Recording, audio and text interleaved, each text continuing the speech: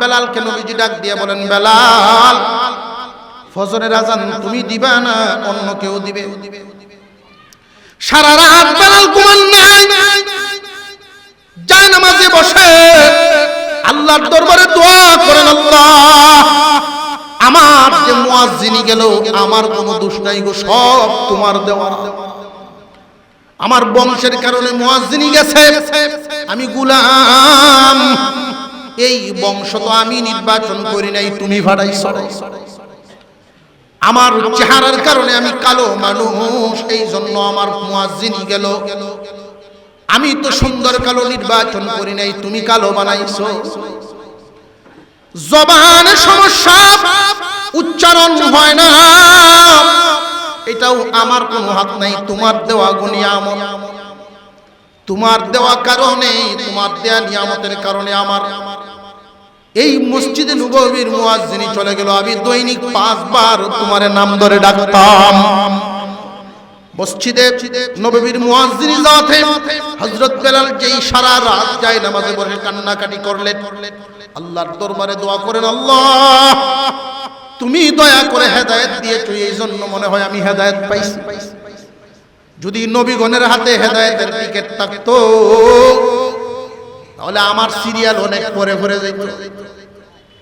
ফজরের আজান হইল, নামাজও হয়ে গেল, সাহাবায়ে কেরাম নিয়ে বসা আছেন। এমনি জিবরাইল আমিন আসছেন, ওগো নবীজি, আজকে কি আপনার মসজিদে ফজরের আজান হয় নাই? আল্লাহু আকবার বলেন, আজকে কি ফজরের আজান হয় নাই? কেন নয়? অন্য দিনের তুলনায় অনেক সুন্দর কণ্ঠে, অনেক শুদ্ধ আওয়াজে কণ্ঠ দেওয়া হয়েছে। উঁচা বংশের মানুষে আজান দিয়েছে, আজান হয় নাই কেন? ইয়া রাসূলুল্লাহ, আল্লাহ আমাকে পাঠাইছেন জিজ্ঞাসা করার জন্য, আপনার মসজিদে নববীর আজানের আওয়াজ আজকে উপরে উঠে নাই, এই জন্য আল্লাহ পাঠাইছেন। বেলাল যখন আজান দেয়, শুধু প্রথম আসমান নয়, সপ্তম আসমান ভেদ করে আল্লাহর আরশে গিয়ে আজানের আওয়াজ ধাক্কা খায়। ইন্না আকরামাকুম ইনদাল্লাহি আতকাকুম। আমরা তো চেয়ারের অধিকারী মনে করি যে সম্মানী, আল্লাহ বলেন না না, এটা তোমাদের নজর, আমার নজরে সম্মানী ওই ব্যক্তি যার তাকওয়া বেশি। যার তাকওয়া বেশি তার সম্মান বেশি, এটা আল্লাহর কাছে। আল্লাহ পাক রব্বুল আলামিন বলেন, 5টা গুণে গুণান্বিত হয়ে গেলে আমি আল্লাহ 3টা জায়গায় আমি সম্মানী করে দেই, 3টা পুরস্কার। 1 নাম্বার পুরস্কার, আমার পক্ষ থেকে মর্যাদা বাড়ায় দেওয়া হয়। মহান আল্লাহ যখন ঘোষণা দেন মর্যাদার ঘোষণা, জিবরাইল আমিন এই ঘোষণা আসমানের ফেরেশতাদেরকে জানায়া দেন, আসমানের ফেরেশতারা জমিনবাসীদেরকে জানায়া দেন। এই জন্যই জমিনের সবাই তারে সম্মান করতে বাধ্য। এই 5টা গুণে মানুষ যখন গুণান্বিত হয়ে যায়, আল্লাহ তার মর্যাদা এত বাড়ায়া দেন।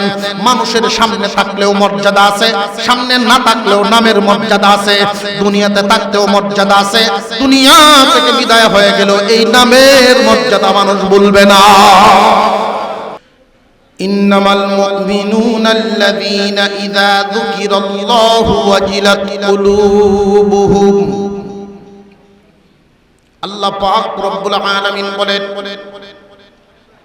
সত্যিকারের ঈমানদারের 1 নাম্বার গুণ হবে তাদের ভিতরে আল্লাহর ভয় থাকবে, আল্লাহর ভয়।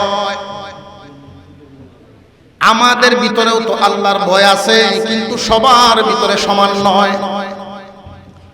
যেই পরিমাণ ভয় থাকার কথা এই পরিমাণ নাই। পরিপূর্ণ ভয় যার ভিতরে ঢুকিয়া যাবে, এই মানুষটা কোনোদিন আল্লাহর নাফরমানি করবে না। গুনার কাজ করতে গেলেই সাবধান হয়ে যাবে। আমি দেখি আর না দেখি, আল্লাহ তো আমাকে দেখেন। আল্লাহর ভয় ভিতরে ঢুকলে পরে মানুষটার হালত কেমন হবে? উবাই ইবনে কাব রাদিয়াল্লাহু তাআলা আনহু থেকে বর্ণিত, তিনি বর্ণনা করেছেন, এই দুনিয়ার জমিনে কোথাও যদি চিকন একটা রাস্তা দেখো, রাস্তাটা হবে অত্যন্ত চিকন, দুনু সাইডে দিয়া কাটার গাছ, এমন রাস্তা দিয়ে একজন মানুষ চলতে গেলে কিভাবে চলতে হবে যে খুব সাবধানে, খুব সাবধানতার সাথে কদম বাড়ানো লাগবে। কোন দিক দিয়ে কাপড়ে কাটা লেগে যায়, কোন দিক দিয়ে গায়ে লেগে যায়। একজন সত্যিকারের ইমানদার এই দুনিয়ার জমিনে বসবাস করলে, চলাফেরা করলে, লেনদেন করলে, বাজার করলে, গৃহস্থী করলে সব সময় এই কথাটাই মনে রাখবে, কিভাবে চললে গুনাহ নামক কাঁটা লাগা যায়। সাবধান থাকবে, খুব হুঁশিয়ার থাকবে। গুনাহকে খুব ভয় পাবে, গুনার কারণে আল্লাহ রাগান্বিত হয়ে যান। আল্লাহ পাক রব্বুল আলামিনের ভয় পরিপূর্ণ ভিতরে ঢুকাইতে হবে। সত্যিকারের ইমানদারের এক নাম্বার গুণ হলো ভিতরে আল্লাহর ভয় ঢুকানো। কিন্তু আল্লাহর ভয় তো আমাদের ভিতরে পরিপূর্ণ নাই, যেই পরিমাণ থাকার কথা এই পরিমাণ নাই। এই ভয়টা পরিপূর্ণ ঢুকানো কেমনে? বুজুর্গানে দ্বীনের সহবতে যাওয়া লাগবে, আল্লাহ ওয়ালাদের কাছ থেকে চিকিৎসা নিতে হবে, পরামর্শ নিতে হবে। এই মজলিসে যেহেতু বসলেন, প্রসঙ্গগত এসে গেছে, আমি একটা পরামর্শ দিয়ে দেই আল্লাহর ভয় ভিতরে ঢুকানোর জন্য। প্রত্যেক দিন কমপক্ষে 5 থেকে 10 মিনিট সময় মুরাকাবা করবেন। কিসের মুরাকাবা? মৃত্যুর মুরাকাবা। আল্লাহর পয়গম্বর বলেন, মরার আগে একবার মরিয়া দেখো। কিয়ামতের কঠিন ময়দানে তোমার আমলনামা ফেরেশতারা গণনা করার আগে তুমি নিজে একবার গণনা করে হিসাব মিলাও। হুজুর আকরাম সাল্লাল্লাহু আলাইহি ওয়াসাল্লাম বর্ণনা করেন, মৃত্যুর আগে একবার মৃত্যুবরণ করো, অর্থাৎ মুরাকাবা করিয়া হিসাব মিলাও। ও দুনিয়ার মানুষ, প্রতিদিনই কোনো না কোনো মানুষের মৃত্যুর এলান আমরা শুনি না? মসজিদের মাইকে এলান হয়, অমুক দুনিয়া থেকে বিদায় হয়ে গেছেন, কয়টার সময় জানাজার নামাজ হবে। এই দুনিয়াতে আসার যেমন সিরিয়াল আছে, যাওয়ার কিন্তু তেমন কোনো সিরিয়াল নাই। বড়র আগে ছোট চলে যায়, বাবার আগে সন্তান বিদায় হয়ে যায়, বুড়ার আগে যুবক বিদায় হয়ে যায়। এমন ঘটনা ঘটছে না? ঘটছে না রে যুবক? খুব মনোযোগ দিয়ে শুনেন, এখনই নিজেদেরকে গড়ার সময়। মৃত্যুর মুরাকাবা করা, দিনে যে কোনো একবার জায়নামাজে বসে নামাজের পরে 5টা মিনিট সময় চিন্তা ভাবনা করো যে তুমি মৃত্যুবরণ করেছো, হালতটা কি তৈরি হবে। তোমার মৃত্যুর পরে অন্যান্য মানুষের নাম যেইভাবে মসজিদে এলান করা হয়, এইভাবে তোমার নামটাও মাইকে এলান হবে। অমুক নাই ওইটার সময় জানাজার নামাজ হবে। মৃত্যুর কথা চিন্তা ভাবনা করো, চোখ বন্ধ করে।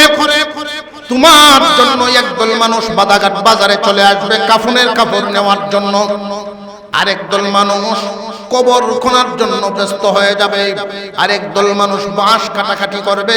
আত্মীয় স্বজন, বন্ধু বান্ধব কুস কবর পায়া বিভিন্ন দিক থেকে ছুটাছুটি করে তোমার বাড়িতে ভিড় জমাবে। যেই মানুষগুলো তোমার বাড়িতে আসলে এদের আপ্যায়নের জন্য তুমি এক সময় ব্যস্ত হয়ে যাইতা, আজকে ওই মানুষগুলো তোমাকে চিরদিনের মতো বিদায় করার জন্য জমা হয়ে গেছে। আর তোমার লাশটা খাটের উপরে পড়ে আছে, মাথার নিচে একটা বালিশ পর্যন্ত নাই। এই লাশটাকে কিছুক্ষণ পরেই গরম পানি দিয়ে ধুইয়া চিরদিনের গোসল করানো হবে। মসজিদের পালকি তোমার বাসার সামনে হাজির হয়ে যাবে। বাচ্চারা বাবা বাবা করে কান্নাকাটি করে চিল্লাইতে থাকবে, এতিম বানায়া তুমি চিরদিনের জন্য বিদায় হয়ে গেলাম। আত্মীয় স্বজন তোমাকে মসজিদের পালকিতে উঠায়া ওই যে মাটির ঘর, 3 সাইডে মাটি, উপরে থাকবে বাঁশের কাঠি, ওই ঘরে নিয়ে যাওয়ার জন্য রওনা দিবে। তুমি যে খালি হাতে কাফনের কাপড়ের ভিতরে তোমার বডি নিয়ে রওনা দিলা, সাথে কি নিয়েছো? অনেক লম্বা সফর। সাথে কি নিলা? এই হিসাবটা যখন তোমার মিলবে, প্রতিদিন 5টা মিনিট সময় এই স্মরণ যদি করতে পারেন, আস্তে আস্তে আল্লাহর ভয় ভিতরে ঢুকিয়া যাইব। ইন্নামাল মুমিনুনা আল্লাযীনা ইযা যুকিরাল্লাহু ওয়াজিলাত কুলুবুহুম। সত্যিকারের ইমানদারের 1 নাম্বার গুণ হবে আল্লাহর ভয় ভিতরে ঢুকবে। আল্লাহর নাম শুনলে তার ভিতরে একটা কম্পন শুরু হয়ে যাবে। আজানের আওয়াজ শুনলে ব্যবসায় তারে আর আটকায় রাখতে পারবে না, নামাজে দাঁড়ায় যাবে। আজানের আওয়াজ শুনলে জমিনে তারে আটকায় রাখতে পারবে না, ক্ষেতের আইলো হইলেও নামাজে দাঁড়ায় যাবে। আজানের আওয়াজ শুনলে আরামের ঘুম তারে বাধা দিতে পারবে না, মসজিদে গিয়ে হাজির হয়েই যাবে। আল্লাহর বান্দার ভিতরে যখন আল্লাহর ভয় ঢুকিয়া যাবে, এটা 1 নাম্বার গুণ। মুমিনের 1 নাম্বার গুণ হলো আল্লাহর ভয় থাকবে তার ভিতরে। ইন্নামাল মুমিনুনা আল্লাযীনা ইযা যুকিরাল্লাহু ওয়াজিলাত কুলুবুহুম। সত্যিকারের ঈমানদারের 1 নাম্বার গুণ হলো তার ভিতরে আল্লাহর ভয় পরিপূর্ণ থাকবে। সত্যিকারের ঈমানদারের 2 নাম্বার গুণ, وَإِذَا تُلِيَتْ عَلَيْهِمْ آيَاتُهُ زَادَتْهُمْ ঈমানা। সত্যিকারের ঈমানদারের 2 নাম্বার গুণ হলো তার ভিতরে কুরআনুল কারীমের মহব্বত এত বেশি থাকবে, আল্লাহর কালাম শুনলেই তার ঈমান বাড়বে। আল্লাহর কালামের তিলাওয়াত, কালামুল্লাহর তিলাওয়াত শুনলেই তার ঈমান বাড়ে। ঈমান তো এমন এক দৌলতের নাম, চোখেও দেখা যায় না, হাতেও স্পর্শ করা যায় না। বাড়ে বা কমে কেমনে বুঝতাম? মুফাসসিরিনে কেরাম বলেন, কুরআনুল কারীমের তিলাওয়াত শুনলে যদি ভালো লাগে বুঝবে ঈমান বাড়ে। আল্লাহর কালামের তিলাওয়াত করতে যদি ভালো লাগে বুঝবে তোমার ঈমান বাড়ে। এই কালাম যারা তিলাওয়াত করে, মাদ্রাসায় পড়ে এবং পড়ায়, এদেরকে দেখলে যদি ভালো লাগে বুঝবে তোমার ঈমান বাড়ে। কোরআনের মহব্বত তোমার দিলের ভিতরে এত বেশি থাকা চাই, আল্লাহর কালামের মহব্বত যেন তোমার দিলের ভিতরে থাকা চাই। কিয়ামতের কঠিন ময়দানে আল্লাহর কালাম মানুষের জন্য সুপারিশ করতে থাকবে।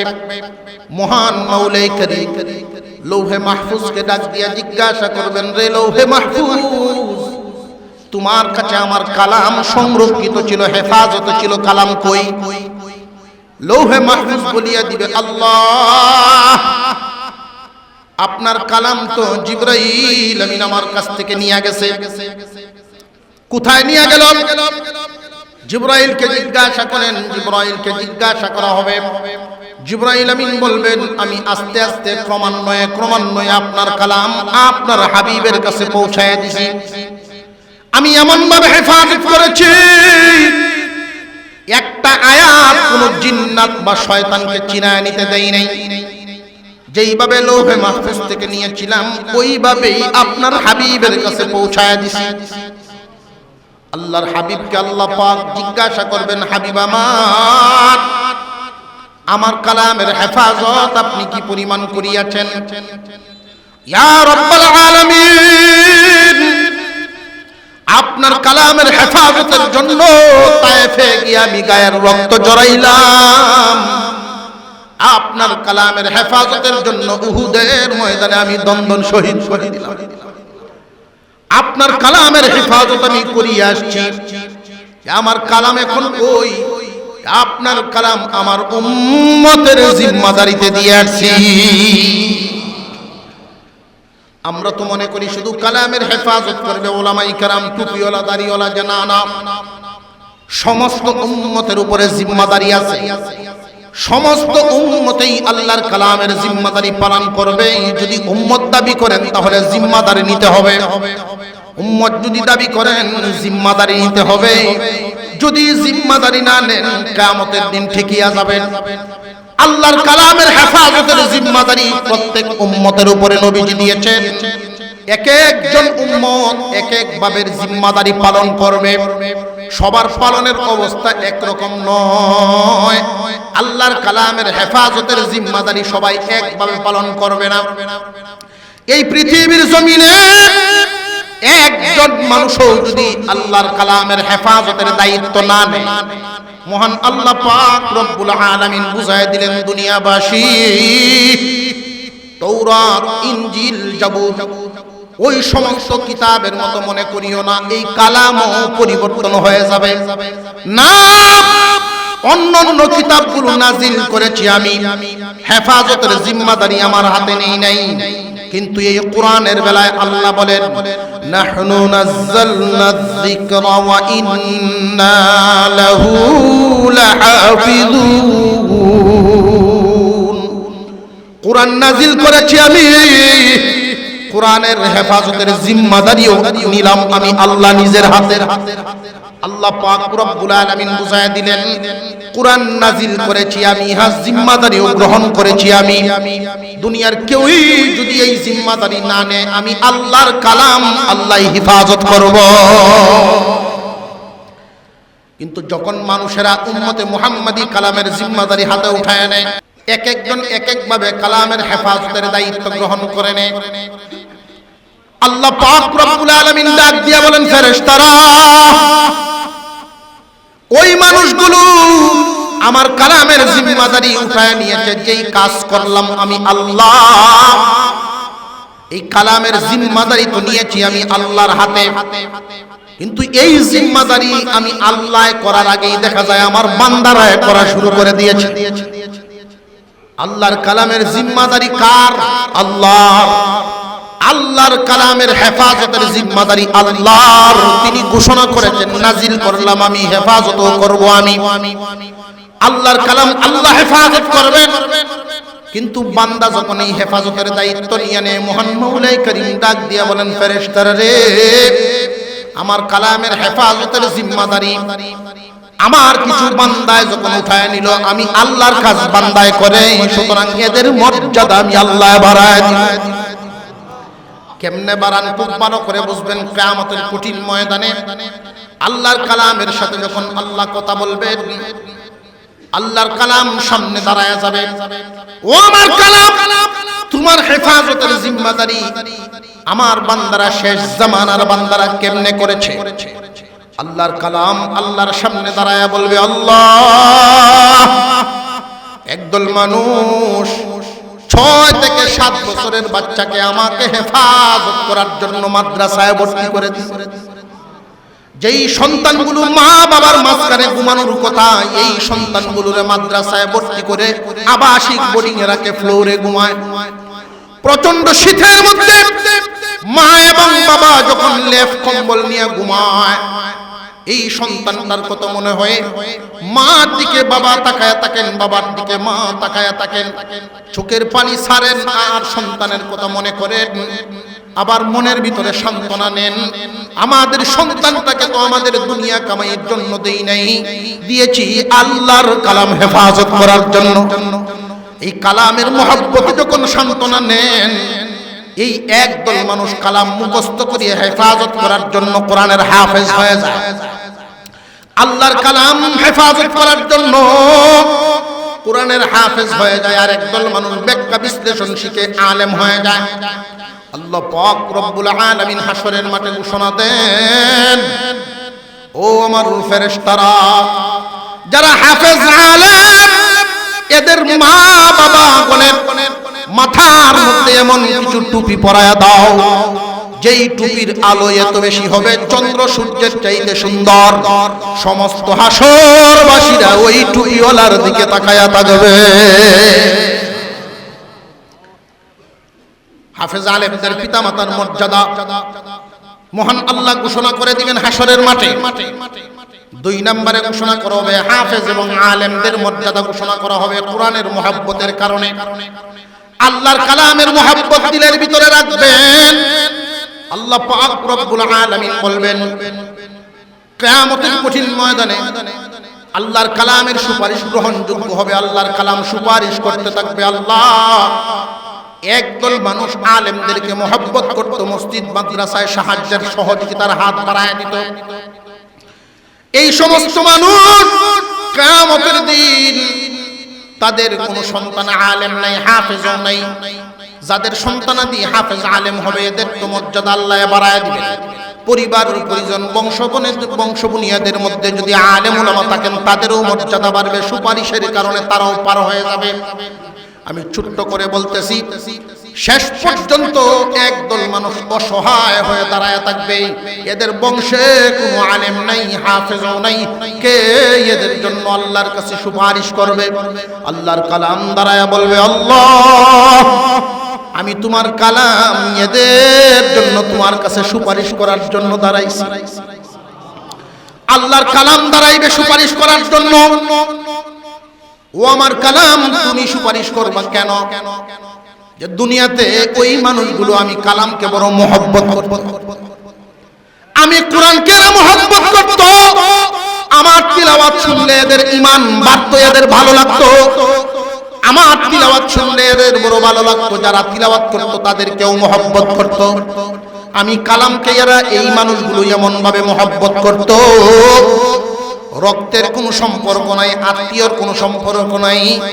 এরপরেও ছাত্রদেরকে লজিং রেখা হাফেজ হওয়ার তৌফিক সুযোগ করে দিত। এই মানুষগুলো আমার মহব্বতে মানুষকে লজিং রাখত, আমার মহব্বতে মাদ্রাসার ঘর বানানোর জন্য জায়গা দিয়ে দিত, আমার মহব্বতে দুনিয়ার জমিনে কোরআনের মহব্বতে বহুত কুরবানি করনেওয়ালা আছে না নাই? মাদ্রাসায় গিয়ে যখন দেখে ছাত্ররা ফ্লোরে পড়াশোনা করতেছে বসে বসে, ঠান্ডায় যেন কষ্ট না হয় এই জন্য আল্লাহর এক বান্দা এই কোরআনের মহব্বতে কার্পেট কিনে এদের বসার ব্যবস্থা করে দেয়। আয় আল্লাহ, এই মানুষগুলো তাদের বংশে কোনো আলেম নাই, কিন্তু আমি কালামের মহব্বত এদের দিলের ভিতরে ছিল। আমি আল্লাহর দরবারে সুপারিশ করি এই মানুষগুলোর যেন মাফ করে দেওয়া হয়। আল্লাহ পাক রব্বুল আলামিন বলবেন, কালাম এই মানুষগুলোর তো এই গুনাহ আছে, ওই গুনাহ আছে, এই গুনাহ আছে, গুনাহগার ওরা। আল্লাহর কালাম বলবেন এরা গুনাহগার, এই জন্যই তো সুপারিশ করা লাগে। গুনাহ যদি না থাকতো সুপারিশ করা লাগতো না, এদেরকে মাফ করে দাও। আল্লাহ বলবেন গুনাহগার, কোরআন বলবে মাফ করে দাও। অবশেষে আল্লাহর কালাম ডাক দিয়া বলবে, আল্লাহ যদি গো এদেরকে মাফ না করেন, আমি যে আপনার কালাম এটাও স্বীকার করেন। আল্লাহর দরবারে এমন ভাবে আল্লাহর কালাম জেরা করতে থাকবে, আমি যে আপনার কালাম এটা অস্বীকার করে ফেলেন। আল্লাহ পাক রব্বুল আলামিন বলবেন, মঞ্জুর, তোমার সুপারিশ কার কার নামে আছে পেশ করো, আমি এদেরকে মাফ করে দিলাম। ইন্নামাল মুমিনুনা আল্লাযীনা ইযা যুকিরাল্লাহু ওয়াজিলাত কুলুবুহুম وَإِذَا تُلِيَتْ عَلَيْهِمْ آيَاتُهُ زَادَتْهُمْ إِيمَانًا। সত্যিকারের ইমানদারের 5টা গুণ হবে। যারা বিনা জাহান্নামী জান্নাতে যাবে, জাহান্নামের আগুনে জ্বলতে হবে না, সরাসরি জান্নাত পাবে। ওই মানুষগুলো 5 গুণের অধিকারী হবে। 1 নাম্বার গুণ হলো আল্লাহর ভয় এদের ভিতরে পরিপূর্ণ থাকবে। 2 নাম্বার গুণ হলো কোরআনের পরিপূর্ণ মহব্বত এদের দিলের ভিতরে থাকবে। 3 নাম্বার ওয়া আলা রাব্বিহিম ইয়াতাওয়াক্কালুন, সর্বহালতে আল্লাহর উপরে ভরসা করব। সর্বহালতে আল্লাহর উপরে ভরসা করবে। আল্লাহর উপরে তাওয়াক্কুল করা, আল্লাহর উপরে তাওয়াক্কুল করার একটা অর্থ শুনেন। আপনি ঢাকায় গেলেন, 500 টাকা খরচ করে বাস ভাড়া বা নৌকা ভাড়া যত কিছু দিয়েই ঢাকায় গেলেন, মনে রাখতে হবে আপনাকে ঢাকায় নিয়েছেন আল্লাহ, মাধ্যম হইল গাড়ি। আপনাকে খাওয়ান আল্লাহ, মাধ্যম হইল ব্যবসা। আপনাকে পালেন আল্লাহ, রিজিক দেন আল্লাহ, মাধ্যম হইল জমিন। খুব খেয়াল রাখতে হবে আল্লাহর উপরে ভরসা করাটা। সরাসরি যেন না বলি এই কথা, ছেলেটা না থাকলে পথে বসতাম, কয়নি না কয় না, ব্যবসাটা না থাকলে, চাকরিটা না থাকলে আমার উপায়টা কি হইতো না। সত্যিকারের ইমানদারের জমানি কথা এমন নয়। সত্যিকারের ইমানদার যারা হবে এদের 3 নাম্বার গুণ হলো আল্লাহর উপরে ভরসা করবে। আমাকে খাওয়ান আল্লাহ, মাধ্যম হইল অমুক। আমাকে খাওয়ান আল্লাহ, মাধ্যম হইল এই। আমাকে চলাইতেছেন আল্লাহ, মাধ্যম হইল এটা। আমি অসুস্থ ছিলাম, সুস্থ করেছেন আল্লাহ, মাধ্যম হইল ডাক্তার আর ঔষধ। সবকিছু করার মালিক কে? মুহাব্বতের সাথে আল্লাহর নাম জবান ভরে বলবেন, সবকিছু করার মালিক কে? আমাদেরকে যা দেওয়ার সবই দেন আল্লাহ। আল্লাহর উপরে তাওয়াক্কুল করার 1 নাম্বার অর্থ। 2 নাম্বার অর্থ হলো আল্লাহর ফয়সালায় বান্দা খুশি।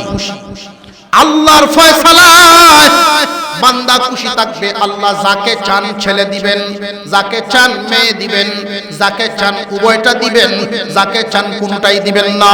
আল্লাহর ফয়সালায় কাউরে ধনী বানান, কাউরে গরিব বানান, কাউরে অসুস্থতা দেন, কাউরে সুস্থতার সাথে রাখেন। আল্লাহ বান্দাকে যেই হালতে রাখেন আল্লাহর প্রতি সন্তুষ্ট থাকতে হবে।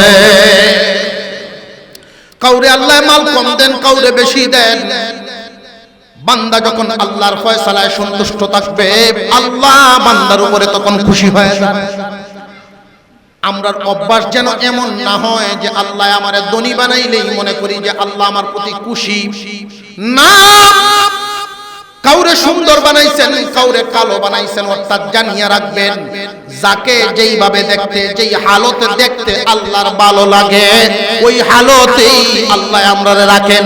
সর্ব হালতেই আল্লাহর শুকর আদায় হবে।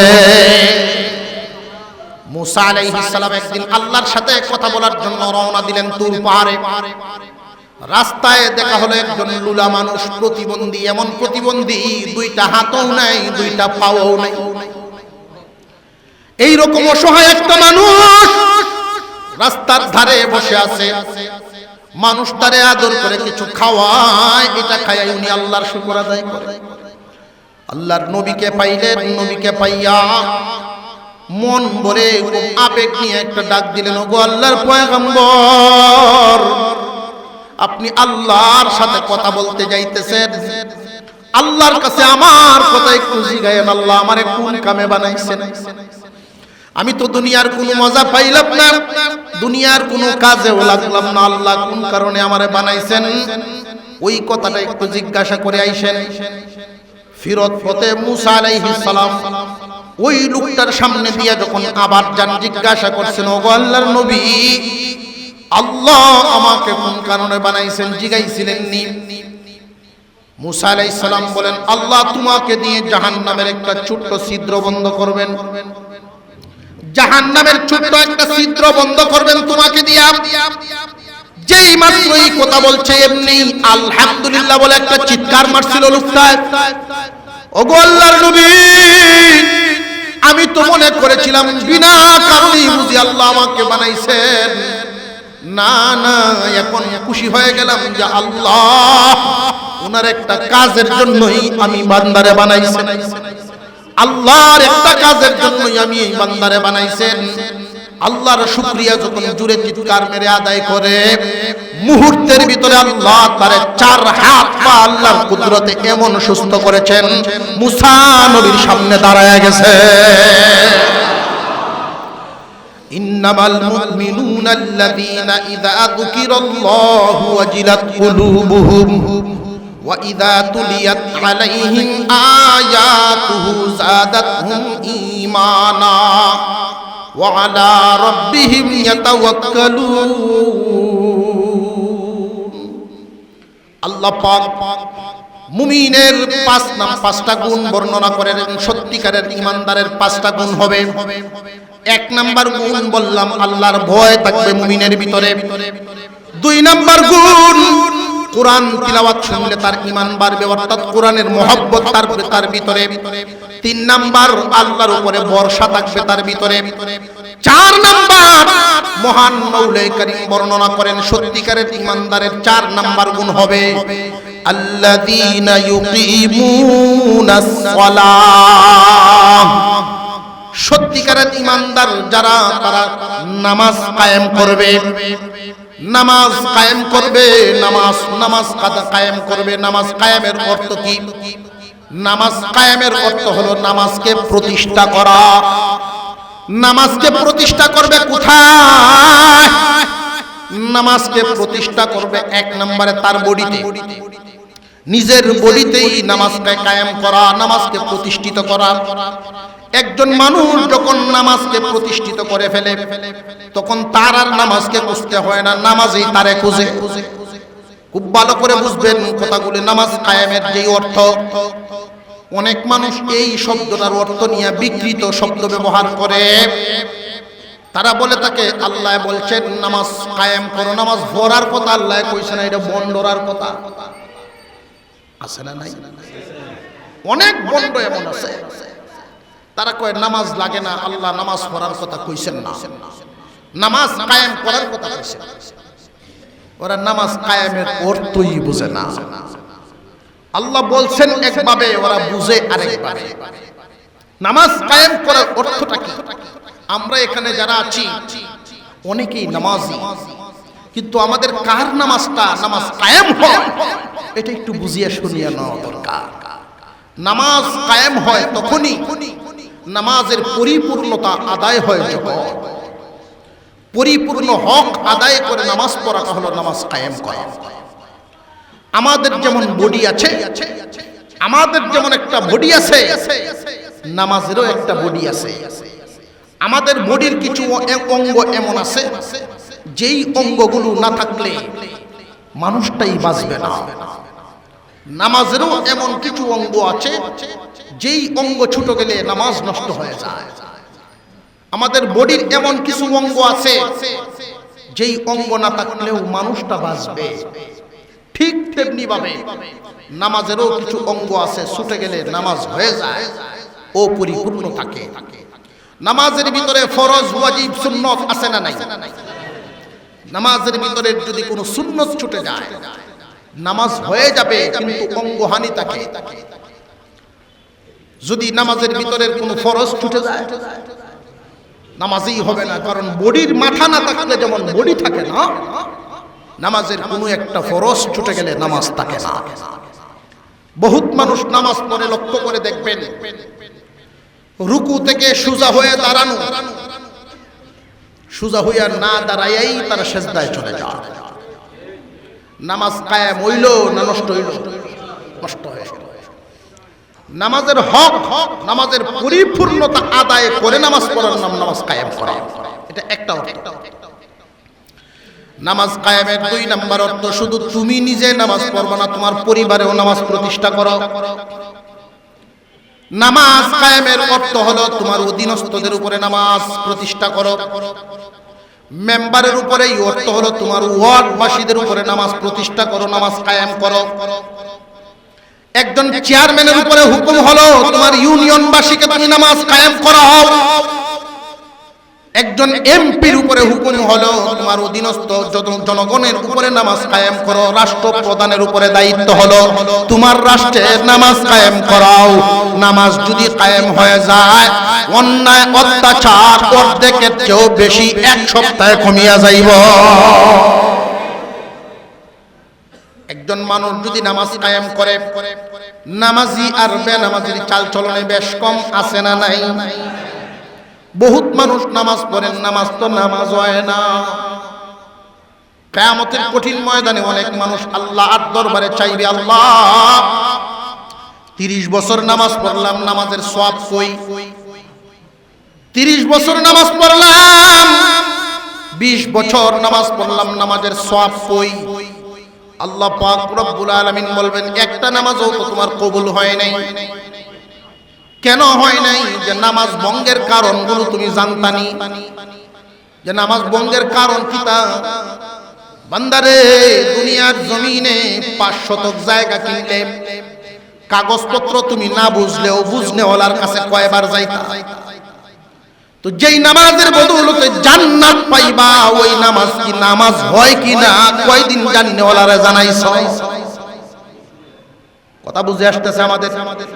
আমার নিজের নামাজটা কি নামাজ হয় কি না আমরা আলেমদের কাছে গিয়ে শেয়ার করি না? আমার সূরাগুলো কি সূরা হয় কিনা একজন জান্নেওয়ালার কাছে যাই না, বরং উল্টা হইল বর্তমান জমানায় জান্নেওয়ালায় যদি একজন রেডাইকে জানাইতো চায়, সে আরো রাগ হয়। হয়নি না? হয় না? বেটার উল্টা গুসা হয়। আমি দেখছি এমন চিত্র। আমার এলাকার এক মসজিদে, নিজের বাজার, নিজের স্থানীয় মসজিদে আমি আসরের নামাজ পড়ছি।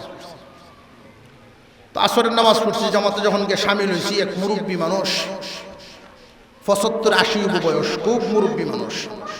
উনি আমারে দেখিয়া বলছেন, বাবা সামনে আসেন। আমি মনে করছি আমার সিনে মনে হয়, আসলে বেটা আমার সিনে। টুপি পাঞ্জাবি দেখিয়া আলেম মানুষ মনে করছে সামনে আসে, তার সাথে গিয়ে দাঁড়াইছে। তো আসরের নামাজের 2 রাকাত গেছে, আরো 2 রাকাত রয়েছে। এমনি বেটার মোবাইল আছে, মোবাইল ভাইব্রেশন করা, ফুটফুট করতেছে। মোবাইল বাইর করে রিসিভ করিয়া ওই বেটার সাথে কথা কয়, আমি নামাজ তুই দিছে। যেই সালাম ফিরাইলাম, আমি বলছি চাচা আপনার নামাজটা তো হইছে না বাজার। আবার হয়ে গেল, কয়মে তোমার বাড়ি কই? আমি ব্যাক করে গেছি বাড়ি কোথায়, তোমার বাড়ি কইমে? আমার নামাজ হইছে কিনা তুমি কি জানো? আল্লাহ জানে। বেটার দলিল তো শক্ত, বেটার দলিল শক্ত না।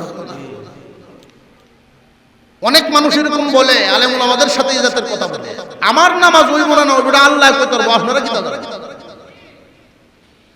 কোরআন হাদিসে বিধিবিধান দেওয়া আছে না নাই? আলেমুল আমার নিজের পকেট থেকে বলে না, কোরআন হাদিস পড়িয়াই তো কয়।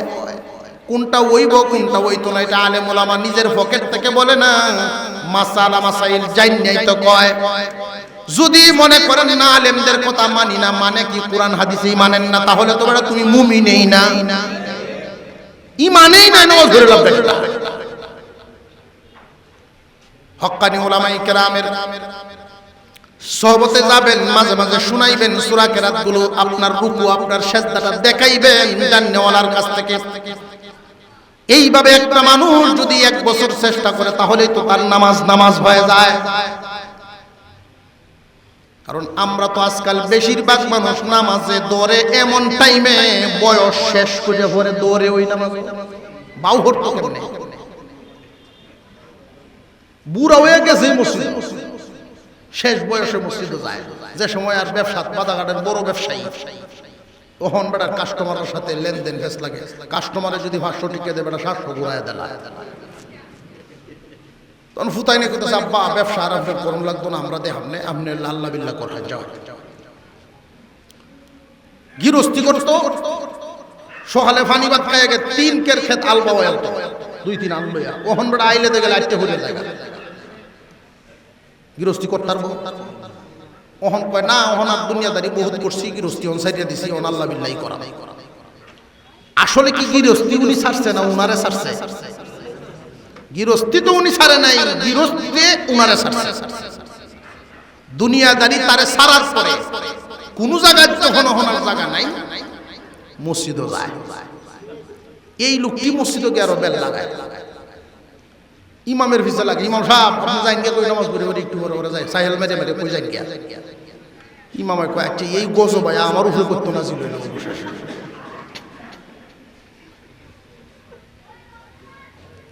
ইমাম সাহেব একদিন ওয়াজ করলো, নামাজীদের উপরে আল্লাহর রহমত নাজিল হয়। এই রহমত নাজিল হওয়ার যে একটা সিস্টেম, সেটা হলো সর্বপ্রথম ইমামের উপরে পড়ে, এরপরে এই রহমত চলে যায় ইমামের পিছনের লোকটার উপরে, ডান দিকে যাইতে থাকে, পরে বাম দিকে যায়। বেটায় শুনে মনে মনে কয় যা জীবন তো মসজিদের বাইরেই কাটাই না। অবশেষে যখন মসজিদে আইছি, রহমত আর সাইরে লাভ নাই। ইমাম তো আর দেখতাম না, ইমামের বিশেষ জায়গাটা বেটা লোভ লাগিয়ে বসে। অথচ এই জায়গায় বসার জন্য ন্যূনতম একটা যোগ্যতার দরকার আছে না নাই? বহুত মসজিদে গিয়া দেখছি, আল্লাহ যত বড় মুফতি সাহেব যাও, আমি জায়গা ছাড়তে রাজি না। অথচ ইমামের পিছনে এমন একজন লোককে বসানো দরকার, নামাজে কোনো সমস্যা হইলে যেন বাকি নামাজটা ওই ব্যক্তিটাই সমাধান করতে পারে। কোন আলেম গেলে এই জায়গাটা ছেড়ে দেওয়া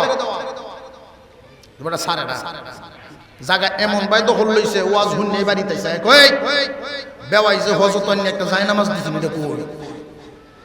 বউ জায় নামাজ দিয়ে তুমি গীতা করতা, একটা জায়গা দখল করতে লাগবো। জীবনটা বড় আউর মাসে জায়গা দখল করছো, মসজিদও এই কাম শুরু করছো, তুই বুঝতে না দে জায় নামাজটা দে আমারে।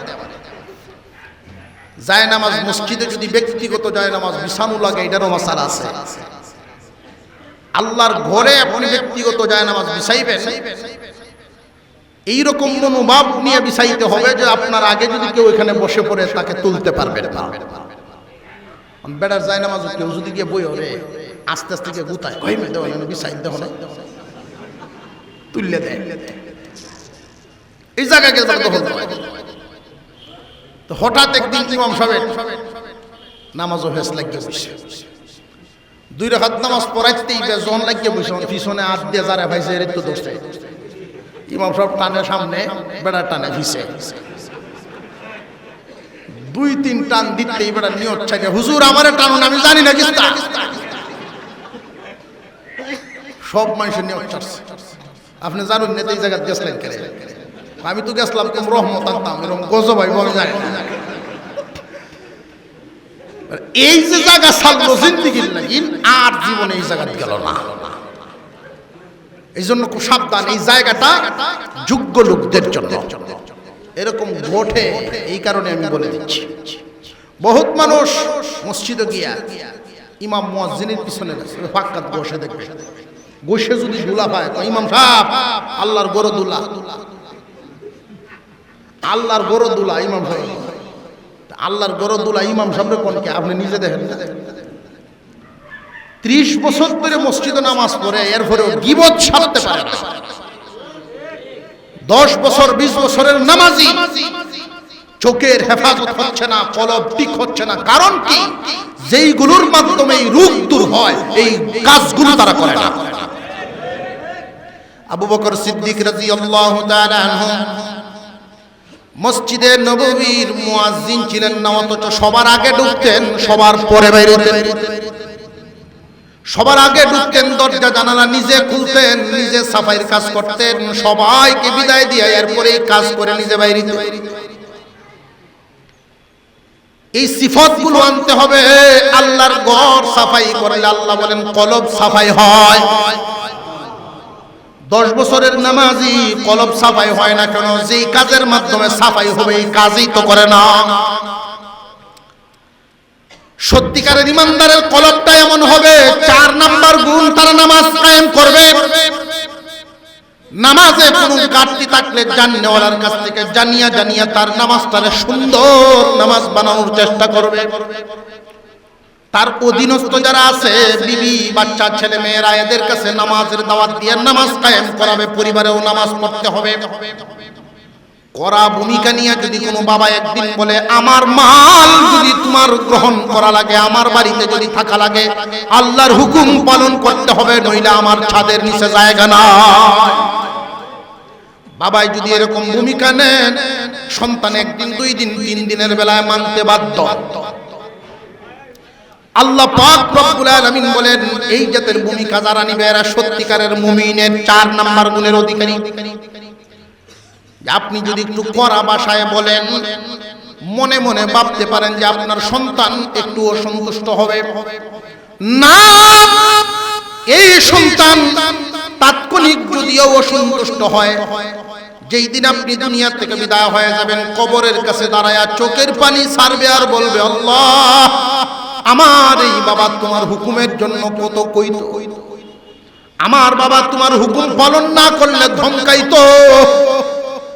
আপনার জন্য বেশি বেশি দোয়া করবে এই সন্তানরা, কারণ নিজের কাজের জন্য নয়, আল্লাহর হুকুম পালন করার জন্য আপনি শাসন করবেন। 4 নাম্বার গুণের অধিকারী হবে নামাজ কায়েম করনেওয়ালা। 5 নাম্বার গুণ সত্যিকারী ঈমানদারের 5 নাম্বার গুণ হবে, আল্লাহ বলেন আল্লাযীনা ইউকিমুনাস সালাহ ওয়া মিম্মা রাযাকনাহুম ইউনফিকুন। 5 নাম্বার গুণ আল্লাহর দেওয়া মাল থেকে আল্লাহর রাস্তায় দেওয়া, আল্লাহর দেওয়া মাল থেকে আল্লাহকে দেওয়া। যেমন আমাদের এই দুনিয়ার, আমাদের এই দেশে ওরসি জমিন পাওয়া যায় না, বেশিরভাগ জমিনই তো এমন যে খরচ করা, জমিনের মধ্যে সার দেওয়া লাগে, বাঁশ বাসা লাগে, এই জাতের জমা জমি। ফুকায়ে কেরাম বলেন এই জাতের জমা জমিতে যদি আপনি 20 মণ দান পান, 20 ভাগের 1 ভাগ আল্লাহকে দিয়ে দিতে হবে। বর্তমান জামানার উলামায়ে কেরাম খরচের পরিমাণ বাড়তি, এই কারণেই তারা একটু সহজ করে বলেন যে অন্তত 40 ভাগের 1 ভাগ হলেও দিতে হবে। 39-40 মন দান পাইলেন, 39 মন আপনার ঘরে নিবেন, 1 মন আল্লাহরে দিবেন। কেন জানেননি? সূর্যের আলো বৃষ্টির পানির বিল কে দিব? সূর্যের আলো বৃষ্টির পানি ছাড়া তো ফসল হবে না। তুমি বান্দা জমিনে যতই চেষ্টা করো, আল্লাহর সাহায্য ছাড়া তুমি ফসল পাইতা না। এই জন্য আল্লাহর হুকুম হলো 40 ভাগের 1 ভাগ আমারে দিও, 40 ভাগ তুমি নিয়ে নিও। এই নিয়মটা যারা চালু রাখতে পারবেন, আল্লাহ এদেরকে কোনোদিন না খাওয়ায় মারবেন না। মহান আল্লাহ এদের মালে বরকত ঢেলে দিবেন, বরকত। আল্লাহ পাক রব্বুল আলামিন অনেক মানুষকে মাল দেন, লক্ষ্য করে দেখবেন দাদার আমলের সম্পদ নাতি পর্যন্ত যায় না। কেন যায় না? মালের হক আদায় করে না। আর যারা মালের হক আদায় করে, শিরিকে শিরি আল্লাহ এগুলো ঠিক রাখে। মুসলমান ইমানদার ভাইরা আমার, মহান মাওলাই কারীম এই 5টা গুণ বর্ণনা করেছেন। আমরা আবার দেখি, ইন্নামাল মুমিনুনা আল্লাযীনা ইযা যুকিরাল্লাহু ওয়াজিলাত কুলুবুহুম ওয়া ইযা তুলিয়াত আলাইহিম আয়াতুহু যাদাতহুম ঈমানা ওয়া আলা রাব্বিহিম ইয়াতাওয়াক্কালুন আল্লাযীনা ইউকিমুনাস সালাতা ওয়া মিম্মা রাযাকনাহুম ইউনফিকুন। সত্যিকারের ইমানদারের 1 নাম্বার গুণ আল্লাহর ভয় তার ভিতরে থাকবে। 2 নাম্বার গুণ কোরআনের মহব্বত তার মধ্যে থাকবে। 3 নাম্বার গুণ সর্বহালতে আল্লাহর উপরে ভরসা করবে। 4 নাম্বার নামাজ কায়েম করবে। 5 নাম্বার আল্লাহর দেওয়া মাল থেকে আল্লাহকে দিবে। এই 5টা গুণ যাদের মধ্যে থাকবে, এদের ব্যাপারে আল্লাহ ঘোষণা করেন, উলাইকা হুমুল মুমিনুনা হাক্কা। ওরা হলো সত্যিকারের ইমানদারের দল। আল্লাহর নজরে ওরা ইমানদার। বর্তমানে আমরা যারা আছি, নিজেদের পক্ষ থেকে ইমানদার, নিজেদের পক্ষ থেকে আমরা সবাই ইমানদার, কিন্তু আল্লাহর ঘোষণায় ইমানদার কারা? এই 5 গুণের অধিকারী যারা, 5টা গুণে গুণান্বিত হবে যারা, তারাই সত্যিকারের ইমানদার। এই 5 গুণের অধিকারীদের জন্য আল্লাহ পুরস্কার ঘোষণা করেছেন 3টা। পুরস্কার কয়টা? 3টা। এখন এখানে একটা প্রশ্ন জাগে, ও আল্লাহ, আপনি গুণ বর্ণনা করেছেন 5টা, পুরস্কার কেন 3টা? এই প্রশ্নটা জাগে। এই প্রশ্নের উত্তর খুব মনোযোগের সাথে শুনেন। আমরা ওই গুণগুলোর দিকে আবার তাকাই, তাহলে এই প্রশ্নের উত্তর মিলে যাবে। পুরস্কার কয়টা? 3টা। শর্ত কয়টা? 5টা। গুণ 5টা, পুরস্কার 3টা। এই হিসাবটা মিলানোর জন্য আবার গুণগুলোর দিকে তাকাই। 1 নাম্বার গুণ আল্লাহর ভয়। আল্লাহর ভয় থাকে মানুষের বডির কোন জায়গায়? অন্তরে। আল্লাহর ভয় থাকে কোথায়? অন্তরে। 2 নাম্বার গুণ কোরআনের মহব্বত, এটাও থাকে কোন জায়গায়? অন্তরে। 3 নাম্বার গুণ আল্লাহর উপরে ভরসা, এটাও থাকে কোথায়? অন্তরে। প্রথম 3টা গুণ পাইলাম, জায়গা হইল একটা। প্রথম গুণ হইল 3টা, জায়গা একটা। এরপরে 4 নাম্বার গুণ নামাজ কায়েম করা। এই 4 নাম্বার গুণটা নামাজ কায়েম করতে গিয়ে আমার বডির মাথার একবারে কপাল থেকে নিয়ে পায়ের পাতা পর্যন্ত সারা বডি লাগে না লাগে না? সারা বডি লাগে। 4 নাম্বার গুণ জায়গা পাইলাম 2 নাম্বার বডি। গুণ হইল 4 নাম্বার, জায়গা পাইলাম বডি। 5 নাম্বার গুণ আল্লাহর দেওয়া মাল, আল্লাহর রাস্তায় দেওয়া, জায়গা পাইলাম মাল। এখন জায়গা পাইলাম অন্তর, জায়গা পাইলাম বডি, জায়গা পাইলাম মাল। কথা বুঝে আসতেছে আপনাদের? গুণ যদিও 5টা, জায়গা হইল 3টা। গুণ 5টা কিন্তু জায়গা পাইছি 3টা। মহান মাওলাই কারীম এই জন্য বান্দার জন্য 3টা পুরস্কার ঘোষণা করেছেন। কন্যা সুবহানাল্লাহ। আমি এই 3টা পুরস্কার আপনাদের সামনে ধারাবাহিকভাবে আমি একটা একটা করে বর্ণনা করছি। এর আগে আমি আপনাদের সামনে বর্ণনা করি, খুব ভালো করে বুঝবেন। আমরা কি চাই এই 5টা গুণ আমাদের মধ্যে আসুক? সর্বপ্রথম যে গুণটা আল্লাহর ভয়, এই আল্লাহর ভয় নামক গুণটা আমার ভিতরে আনার জন্য একটা ছোট্ট সবক দিছিলাম, মনে আছে? মৃত্যুর মুরাকাবা করবেন কমপক্ষে দৈনিক 5-7 মিনিট। মৃত্যুর মুরাকাবা যদি করতে পারেন এই ভয় ঢুকে যাবে। একদিন না একদিন আপনি আল্লাহকে ভয় করবেন মরার কথা যখন স্মরণ হবে। কোরআনের মুহাব্বত ভিতরে ঢুকাইবেন। আপনি যে সমস্ত সূরা কেরাত জানেন এগুলো বেশি বেশি করে তিলাওয়াত করবেন। আপনার আশেপাশে মাদ্রাসা থাকলে সেখানে গিয়ে মাঝে মাঝে বসবেন, মাদ্রাসার মাটিতে গিয়ে পায়ে হাইটা আসবেন, কোরআনের মুহাব্বত ঢুকিয়া যাইবে। মুসলমান ভাইরা, আল্লাহর প্রতি ভরসা রাখবেন, নামাজ কায়েম করবেন। একবার পড়লেন আর একবার পড়লেন না, নামাজ কায়েম হইল? নামাজে দাঁড়াইলেন, মন নামাজে রইল না, নামাজ কায়েম হইল না। শয়তানের কাজ আপনার কাছ থেকে মন নিয়ে যাওয়া, নামাজের ভিতরে মন থাকবে না, আর আপনার কাজ নিয়ে আসা। শয়তানের কাজ নিয়ে যাওয়া, আপনার কাজ নিয়ে আসা। নামাজের ভিতরে যখন মন এভাবে টানাটানি হইতে থাকবে, এক সময় শয়তান ব্যর্থ হয়ে আপনাকে ছেড়ে দিতে বাধ্য হবে। ওই সময় নামাজ কায়েম হয়ে যাবে। 5 নাম্বার গুণটা আল্লাহর দেওয়া মাল থেকে আল্লাহর রাস্তায় দেওয়া। পুরস্কার বলছি কয়টা? 3টা। আরেকটু জোরে কোন, অসুবিধা হইতেছে আপনারা? এই 3টা গুণ আপনাদের সামনে বর্ণনা করে খুব ভালো করে বুঝবেন। 3টা গুণ আল্লাহ পাক বলেন, লাহুম দারাজাতুন ইনদা রাব্বিহিম ওয়া মাগফিরাতুন ওয়া রিজকুন কারীম।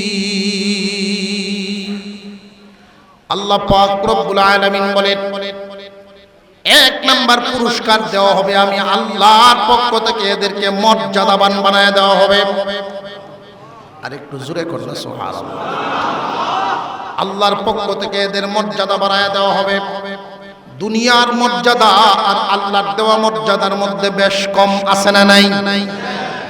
আল্লাহর দেওয়া মর্যাদা আর দুনিয়ার মর্যাদা অনেক বেশ কম। মসজিদে নববীর আজান দিতেন একজন গোলাম, চেহারাও সুন্দর না, বংশও ভালো না, জবানের উচ্চারণও সুন্দর না। মদিনার গলিতে গলিতে সমালোচনা শুরু হয়ে গেছে। মুসলমানদের একজন মুয়াজ্জিন, কালো গোলাম, জবানও সুন্দর না, আশহাদু আন্না মুহাম্মাদার রাসূলুল্লাহ বলতে পারে না, আশহাদু কইতো। আশহাদু বলতেন, আশহাদু আল্লা ইলাহা ইল্লাল্লাহ বলতে পারতেন না, আশহাদু বলতেন।